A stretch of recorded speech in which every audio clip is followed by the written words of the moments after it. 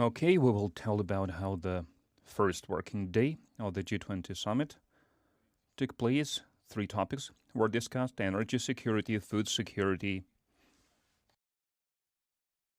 and the situation with the global healthcare.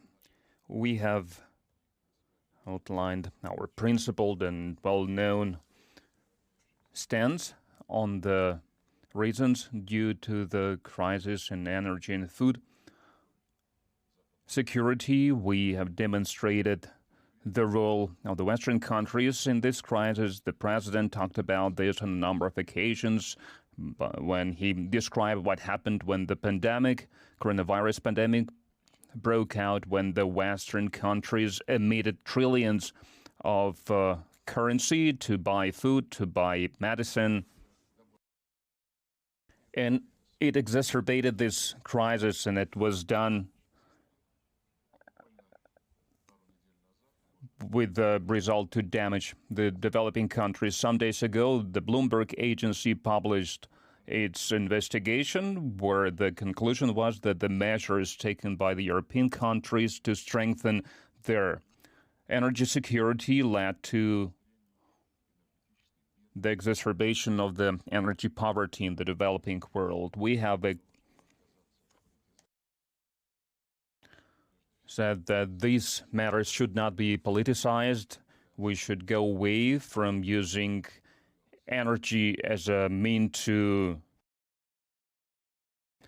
resolve some political issues, as it's been done, for example, with the Nord Stream. We are standing for the G20 to deal with the practical matters, to remove any artificial, any discriminatory obstacles in the global energy markets.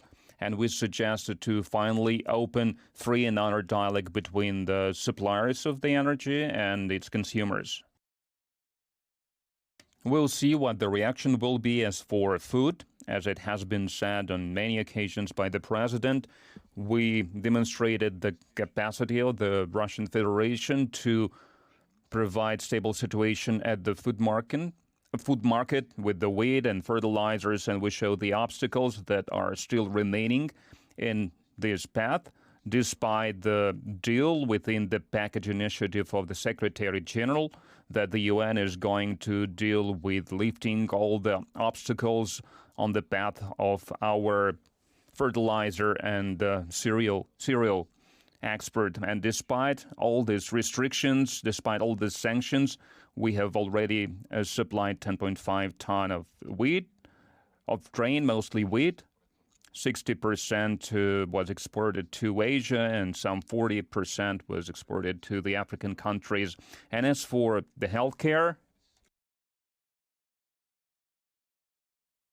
we advocated more active international cooperation to increase preparedness for infection diseases like the pandemic of the coronavirus infection. We supported the efforts by the World Health Organization as the main coordinating body, as the main response of the global community to these challenges in healthcare, these new threats to mankind. And we supported the idea of establishing to have a fund between the WHO and the World Bank, and this fund will take care of the needs of the developing countries in this regard.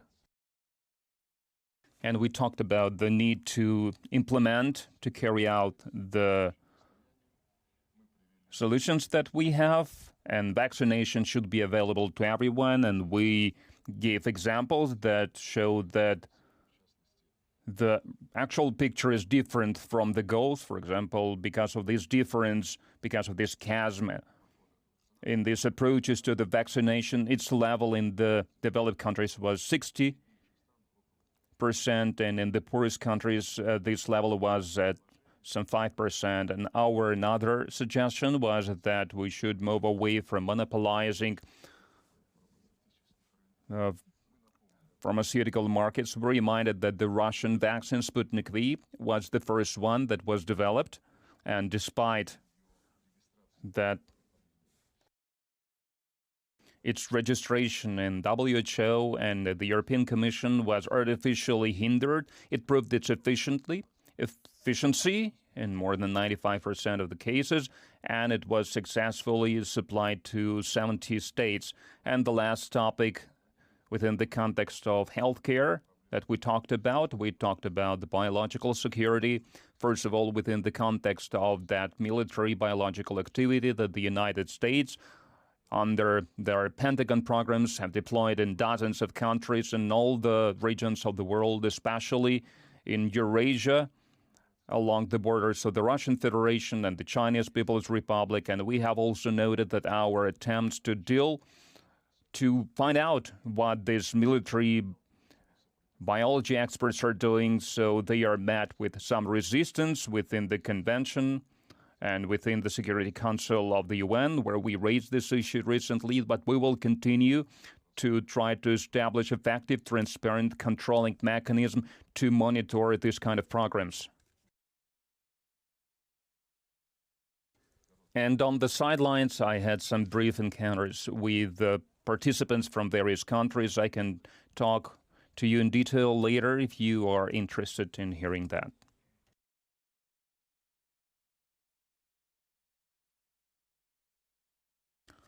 What the joint convention signed and agree on all its items. Does this document mention Ukraine? I guess you mean not the convention, but the declaration. Yes, the work on it has almost been completed. It will be approved after tomorrow's summit, after tomorrow's meeting, where we are going to talk about digitalization. We are going to be represented by Anton Solana, finance minister. The declaration that you're talking about covers all the directions, all the areas that were discussed: food, energy, healthcare, digitalization. Yes, our Western counterparts were trying to politicize this declaration, and they were trying to drag in those statements that would condemn the actions of the Russian Federation on behalf of the entire G20, including us. But we insisted that if they really want to cover these issues well, even though it's not on the agenda and it's not within the competence of the G20 group. So let's be honest, then let's put down on paper that we have certain divergences. Yes, there is war, hybrid war in Ukraine that the West has started, and they were preparing this war for many years, starting from the moment when they supported coup d'etat, blatant anti-Russian neo-Nazi forces. Since then, NATO has been holding exercises, supplying weapons. Well, you know what happened next, and reminding of the Minsk Accords as well, and the preparation for the military campaign against Donbass. That's why in this draft declaration, there is a reference to the fact that the parties exchanged opinions on this matter. The parties reiterated their stances that were explained on many occasions in the United Nations Organization and the Security Council and during the General Assembly, in particular when the most recent resolution was approved. It was put up to vote, and we reaffirmed that everyone has its own estimation of what has been enshrined in there. The West added this formula that many delegations condemned Russia, and we said that there were alternative perspective, alternative points of view, and we think this is enough, because going too deep into this topic is absolutely not what the G20 should deal with. We should deal with the practical matters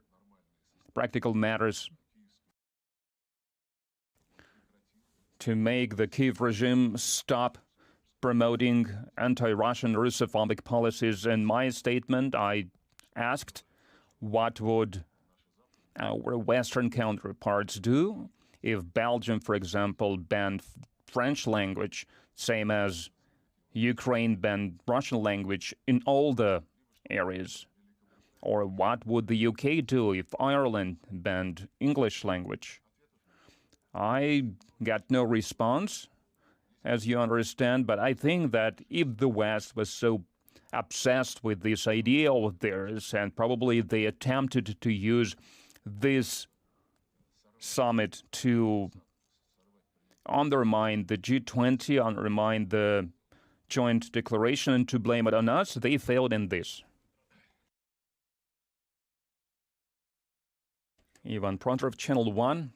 Did the U.S. manage to turn the G20 summit into an anti-Russian platform by replacing the global agenda of the summit? And what did you talk about during these brief encounters? Where there is some voices to discuss these issues? Well, the main work on those essential matters that are on the agenda of the G20. Recently, this work was done at the level of the experts, of the ministers, and it is reflected in the declaration that describes these parts. As for the Ukrainian issue, the United States and all their allies during the discussions today, they were quite aggressive in accusing Russia of, as they put it, unprovoked aggression against Ukraine. Well, you know, the more often they talk about the unprovoked aggression, the more, I guess, everyone gets convinced that this aggression was provoked by them, and it's not an aggression, it is an operation to protect the lawful interests of Russia that saw military threats emanating from its borders, and it is an operation to protect the Russian population of Donbass. And you know, I've been thinking about this comparison when previously we sat together at the party congresses during the Soviet times. Well, not us in the foreign ministry, but for example, at some kind of factory, they were discussing the 5-year plans, how they will be implemented. Well, it's all about the production matters, seemingly, but it was a matter of good tone. Before starting this discussion, they should talk about the American imperialism and condemn it. That's what the Western politicians are doing now. That's how they treat the agenda of such summits.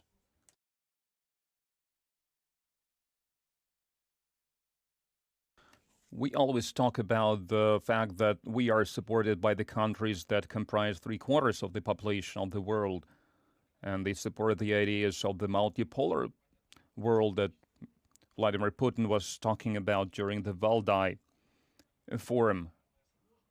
It's really hard to fight against transnational corporation, and we can see how the military supports us during the joint exercises. But what do the diplomats say? What kind of support are we getting in this diplomatic field? How can it look in the future?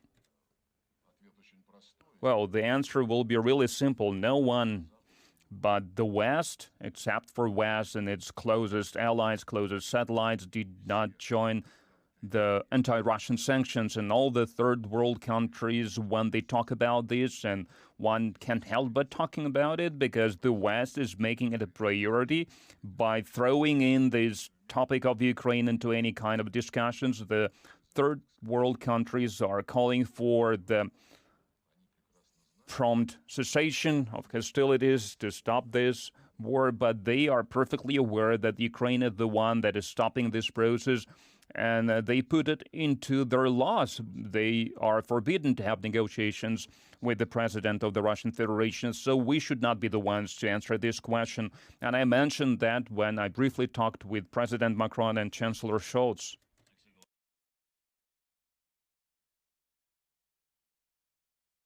You had a meeting with Guterres. Did you talk about the Green Deal that is due to expire in a few days, and on which conditions Russia will be ready to renew this Green Deal? Conditions are very simple. They are stipulated in the initial agreement that had 2 parts to it,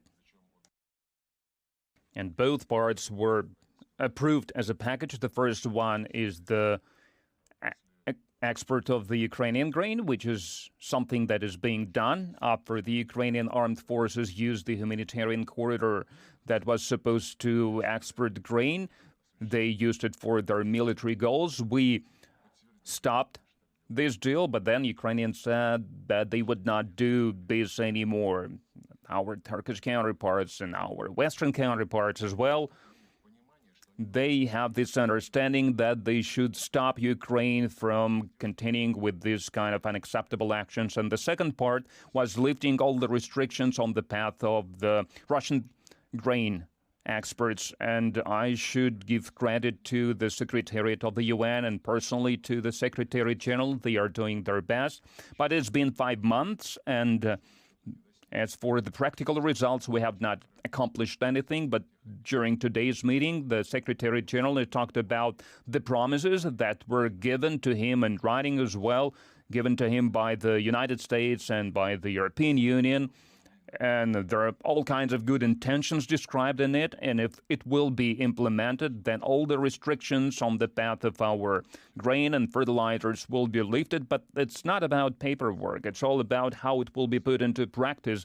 We are getting assurances from the Secretary General, and he's talking that he's getting these assurances from his Western counterparts, that all the economy operators that are participants of all the supply chains for the Russian fertilizers and Russian grain, they are getting signals that they will not be sanctioned against if they will start interacting and cooperating, organize the trade deals with our deal, including our vessels entering European ports or foreign vessels entering our ports, and allowing for comprehensive operations of our Russell House Bank and the normal insurance fees for our ships. So all these promises are out there. Hopefully they will be put into practice. At least the Secretary General assured us that it's a priority matter for him. RF International. Mr. Lavrov, first of all, we are glad to see you in good health here, not in some Indonesian hospital. But my question is, I've got a feeling that the Western partners are changing this rhetoric regarding their relations with Russia. We hear more and more such words as peace, negotiations, talks. Now the EU has problems with the new package of sanctions. What has brought about this kind of changes, and what can we expect? It's hard for me to judge because I don't know what's happening in someone else's minds, and especially so for the European Union. It's really dark in their minds, and it's really hard to see what's going on there. I had a brief talk with President Macron, who reaffirmed his willingness to continue to talk to President Putin to look for any kind of solution that will help to regulate the situation, as he put it. But I reminded him that all the problems are on the Ukrainian side, and they are categorically refusing to have any kind of talks, and they are giving the demands that are unrealistic and inadequate to the current situation.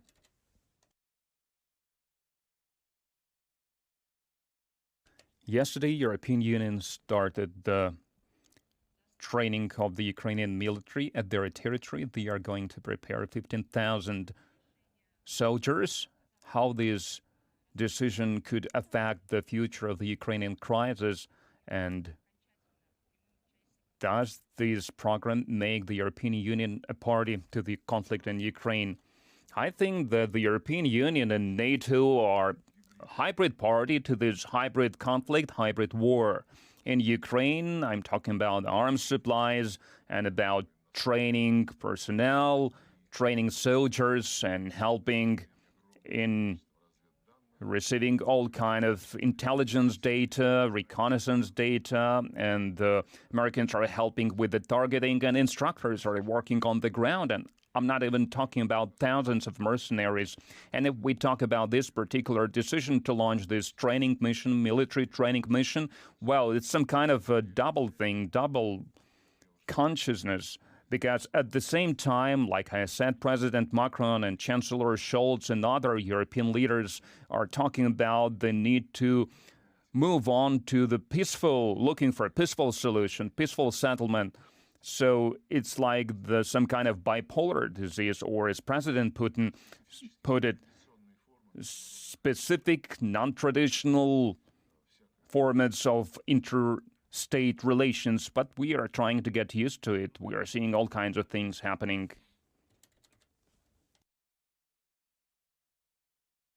Do you personally see any signals from the West to Kyiv for the talks, and what should happen for these talks to happen? Well, I can't repeat it anymore. We've been saying this. The president has been saying that we are not refusing to have talks. The Ukraine is the one who are refusing these talks, and the longer they wait, the harder it will be to agree. As for the signals from the West to Zelensky, we read all kinds of statements that are referring to some kind of anonymous sources. There are rumors that the American administration is telling Zelensky to agree to negotiate more, but then they say that it's not about him behaving in a constructive manner, but they just want to relieve that part of the Western elites that are getting tired of supplying arms to the Kyiv regime. Zelensky had an interesting speech at today's summit. The chair of the G20 group decided to allow him to speak. It was a pre-recorded statement, and it lasted 20 minutes, even though every participant had some 3 minutes, so that everyone had time to talk. Zelensky took 20 minutes. It was impossible to interrupt him because it was a pre-recorded video. Probably they didn't want to switch it off to stop it, but from his speech, the only conclusion that I have is that he is not hitting any kind of Western advice. And I'm not going to list everything he said. It was pretty hostile, pretty Russophobic, pretty aggressive. But I think the best way to sum up this speech and state of this man is this phrase that was not really the right place to use it. He said that the D-Day, the Allies that entered Normandy, has become a turning point in World War II. So make your own conclusions from this kind of statement, this kind of reference. TASS agency. Today, Politico said that Russia is preparing ground for possible talks between Russia and Ukraine because the winter is coming.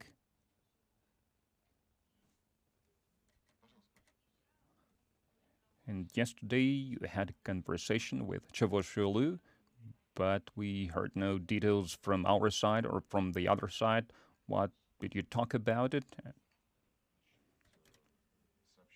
As for the statements that the Americans are preparing some kind of grounds for some kind of negotiations, we keep hearing these rumors and then they disappear. We do not react to this anymore. We want to see real proof that the West is interested in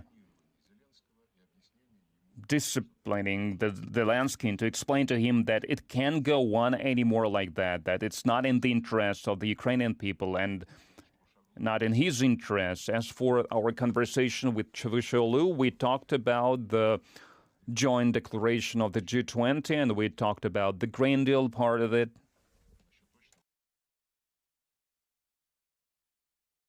And about our meeting, we are not planning it because it has just taken place today. Thank you.